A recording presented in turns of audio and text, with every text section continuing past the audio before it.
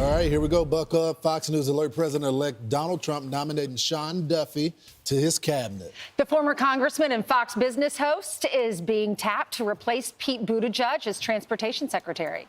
Yes, that's a story we missed on the couch yesterday. And the Trump transition team now expanding its search for the next Treasury secretary. Rich Edson is live in West Palm Beach, not far from Mar-a-Lago, and he joins us with the very latest on this Tuesday. Hey, Rich. Hey, good morning, Steve, Ainsley, Brian, and Lawrence. Well, that's right. You've got Sean Duffy, the former congressman, is President-elect Trump's pick to lead the Transportation Department. He says Duffy will greatly elevate the travel experience of all Americans. That's something that's needed. Trump said in a statement, quote, Sean will use his experience and the relationships he's built over many years in Congress to maintain and rebuild our nation's infrastructure and fulfill our mission of ushering in the golden age of travel, focusing on safety, efficiency, and innovation. In only 2 weeks since winning the election, Trump has moved very quickly to select his cabinet, though he still has more picks to make. Enter Brian Armstrong. He's the CEO of the cryptocurrency exchange Coinbase. The Wall Street Journal reports Trump was scheduled to meet Armstrong yesterday to discuss personnel appointments. Trump once doubted crypto, but has become a supporter. Armstrong has already publicly endorsed a Trump-appointed SEC Commissioner Hester Pierce to lead that commission. The president-elect is still reviewing candidates for Treasury Secretary. It's a major economic position. He's considering Kevin Warsh, a former member of the Federal Reserve's Board of Governors, Apollo Global Management CEO Mark Rowan, Howard Lutnick, he's the CEO of Cantor Fitzgerald. He's also the transition co-chair, and Scott Bessent, he's the founder of Key Square Group, no strangers to Wall Street. Elon Musk is weighed in on this one. You know, Musk has become a major figure in Trump's orbit.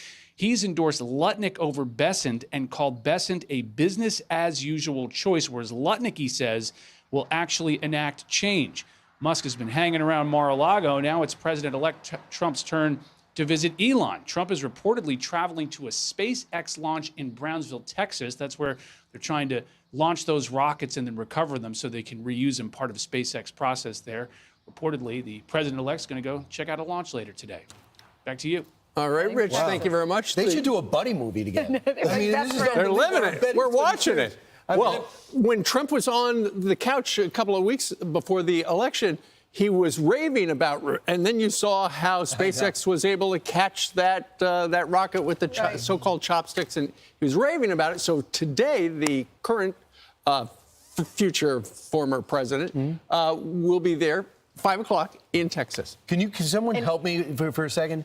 Who's this Sean Duffy guy? Where is he? Does anyone know? Your coworker, his wife was sitting next to you yesterday. Reality show star? Is this him, Sean Duffy? I mean, can you believe this? I mean, it's going to be great. No doubt about it. I mean, he probably would have been governor if he wanted to stay in Wisconsin. And now he comes here doing a fantastic job as an anchor, and Rachel was here yesterday. Brian is so salty. I'm so mad at myself. Why did I just ask? By the way, is your husband going to be joining the administration? But no, I'm too absorbed in what Rachel's doing. We're just going to start asking every guest we have, are you being tapped? Is your spouse being tapped? Right. Well, she could. Yesterday, she couldn't have said anything because ultimately you don't want to get in front of the president, and he put that out, I think, right about 6 o'clock last night. She could have whispered it. So despite what Politico put in one of their headlines, he's not just a former reality star. He actually has a background. He served 9 years as a U.S. congressman where he was on the Financial Services Committee and chair of the subcommittee on insurance and housing. He's a former district attorney in Ashland County, Wisconsin, and he graduated from St. Mary's with a J.D. In law. So he has an extensive resume. He does indeed, and he's a wonderful guy, a great guy. You know who didn't want him? Elon Musk. Apparently, Elon Musk and a number of other top Silicon Valley people were pushing for another guy. This tech exec by the name of Emil Michael, they were pushing for him. Emil Michael put out a lovely tweet after Sean was tapped and said Sean's going to do a great job. But it just goes to show you there's a lot of jockeying behind the scenes to try to get everybody's person on board. Apparently, Elon Musk continues to push Howard Lutnick for Treasury, but that seems to be going nowhere right now. Well, he is married to Rachel, our weekend co-host on Fox and Friends, and they have 9 children together. So he's definitely equipped. Oh, yeah. He's great. A team. Charming, wonderful, great presenter. But the only thing is, it is sacrifice. I mean, he just moved to New Jersey. I mean, when you talk about service to the country, that's what he's doing. 9 kids. I don't know how him they back and balance it forth. all. Rachel's doing 2 shows now in 2 languages. And now he's going to go to Washington. This is truly service. I just like to add one other thing about Treasury Secretary. Scott Bessent did come up with George Soros, but when he saw where Soros is going off the reservation, he left him. Yeah. So he knows exactly the mindset of some of the most insidious planning of the extreme left because he's financing it. And I thought he would be a huge asset for that because he was able to spot that early. Brian is talking about some of the internal fight, and you may have seen some of the reporting when it comes to Treasury Secretary. A lot of people gunning for the job, and it looks like the president-elect is still yet to make a decision on that. One thing I do know is the people that make it obvious that they want a position have been the people less likely really? to get the position. And that's Howard Lutnick. Correct. And in fact, If they push for it, if they campaign for it. Especially when they push for it publicly. Right. The people that Okay. are more reserved and don't say anything. The one thing I appreciate Caroline Leavitt, she was qualified for the job. Everybody wanted her to get the job. Everyone was singing her. She never once said that she wanted the job. And the president-elect took that in mind. Right. And that goes for the rest of them as well. so the president, is going to sit down with the 2 other Treasury nominees tomorrow and try to figure out. So maybe by Thursday we'll know. Meanwhile, President Trump is vowing a national emergency. He's going to use the military for mass deportations and crackdown, he says, beginning on day 1. Right. Because he says when he's inaugurated, he wants to close our borders. He said that throughout the entire election. The majority of the voters agreed with him, and they want to do something about immigration. But some of these Democratic leaders, it's leaving them in disarray, Brian. Yeah. Here, there's a couple of things going on here. Number one, you got to put up the wall at the same time you're doing this. Number 2 is you have to understand these governors and these mayors, and these people, the governor of Arizona, a border state, should be ashamed of herself. J.B. Pritzker, you see what's happening in Chicago, and you're still pushing back. Jared Polis, my goodness, you have given up Denver. That city's in the toilet. Aurora's about to go out the same direction, and you're still not sticking up for the people that elected you. Maura Healey in Massachusetts, who feels more comfortable taking aim at a congressman in her own state, a left-winger, a Democrat, and then Brandon Johnson, one of the biggest embarrassments in this country, just a radical who just got that job because there's nobody else out there, and Michelle Wu. What do they have in common? They all believe it's up to them to fight for illegals living amongst them. Do they understand that it's criminals they're going for? They're not going to go in there and go into the local kitchens at the local Cheers and pull out people that are handling the fry cooks.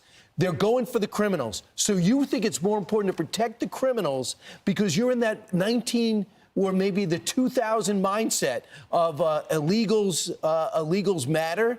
Yeah, they're people, but they broke the law. One of the main reasons why Donald Trump is president is because of this. And I wish somebody would just put politics aside and look at the welfare of their people. And it might just be the mayor of New York City who met with the president on Saturday briefly, has talked to him before, and he understands what they're doing to this city.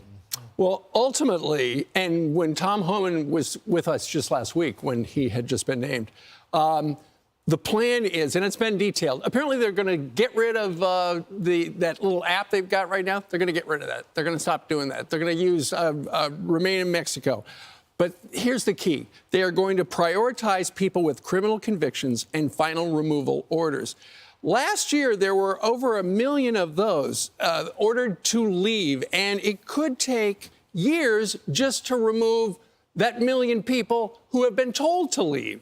And so that's one of the problems. Also, the other problem for the current future president is the fact that with the Department of Border Patrol, they currently have 7,000 ICE officers. They deport 250,000 a year. Trump has said he wants to quadruple that number. So they're going to have to recruit a lot more, and the training academies are not equipped for that number.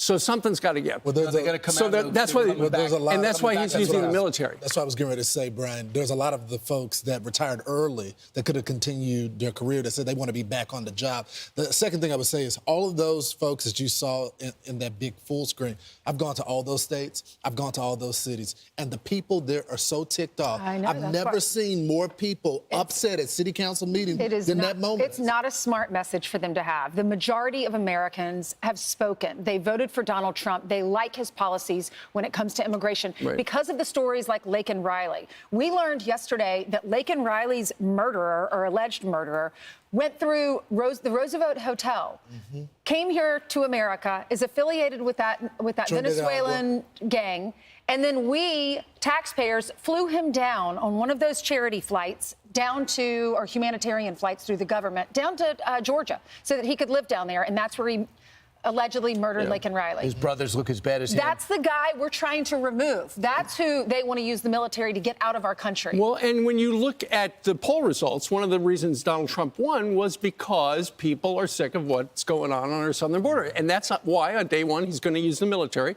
and declare a national emergency, because it is. I'm Steve Doocy. I'm Brian Kilmeade. And I'm Ainsley Earhart. And click here to subscribe to the Fox News YouTube page to catch our hottest interviews and most compelling analysis.